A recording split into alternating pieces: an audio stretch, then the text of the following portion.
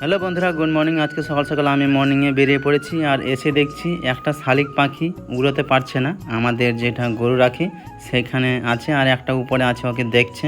আর কিছুক্ষণ পরে এসে দেখি দুইটা শালিক পাখি উঠতে পারছে না। আমি ধরার চেষ্টা করি বা ধরা দিচ্ছে না। তারপর আমরা চলে গেলাম দুই ভাই মিলে জমির দিকে।